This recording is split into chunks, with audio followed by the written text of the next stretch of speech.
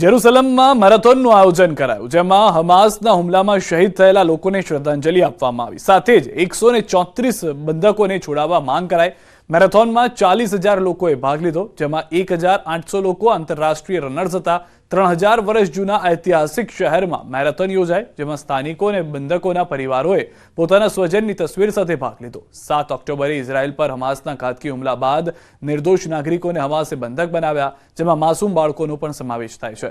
ઇઝરાયલમાં આજે પણ યુદ્ધ યથાવત છે. એવામાં 5 મહિના બાદ આ કાર્યક્રમ થકી બંધકોને ઝડપથી પાછા લાવવા માંગ કરાઈ. We have to continue our life as much as usual, but we have no forget the hostages one day. We want to bring them now, and to finish this story. Because lots of survivor family also took part in the marathon today. Yes, there are a lot of family of hostages and other people that connect to the October 7th, that they came here because everyone knows that we have to continue our life.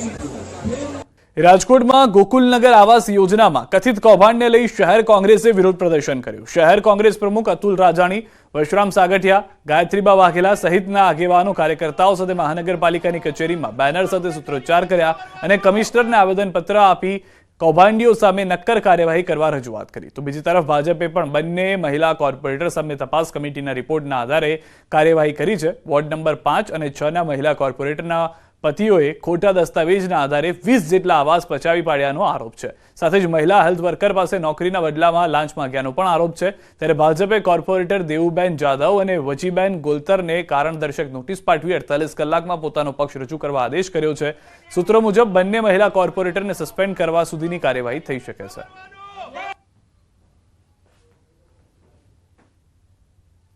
પોતાનો કાંઈ ખુલાસો રજૂ કરવો હોય તો એ 48 કલાકમાં પાર્ટીના અધ્યક્ષ તરીકે અમારી પાસે મૂકશે.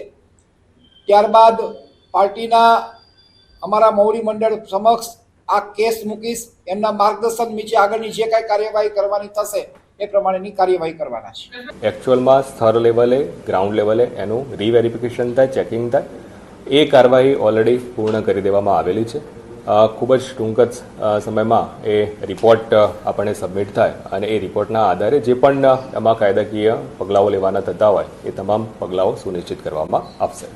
અમદાવાદમાં મહિલા તબીબે કરેલા આપઘાત મામલે પોલીસે અત્યાર સુધીમાં 20 થી 22 લોકોના નિવેદન નોંધ્યા છે. પોલીસે પીઆઈબી કે ખાચર સાથે કામ કરતા રાઇટર સહિત સ્ટાફના નિવેદનો લીધા છે. યુવતીના પરિવારજનો અને સ્ટાફ સહિતના નિવેદન લેવાયા છે.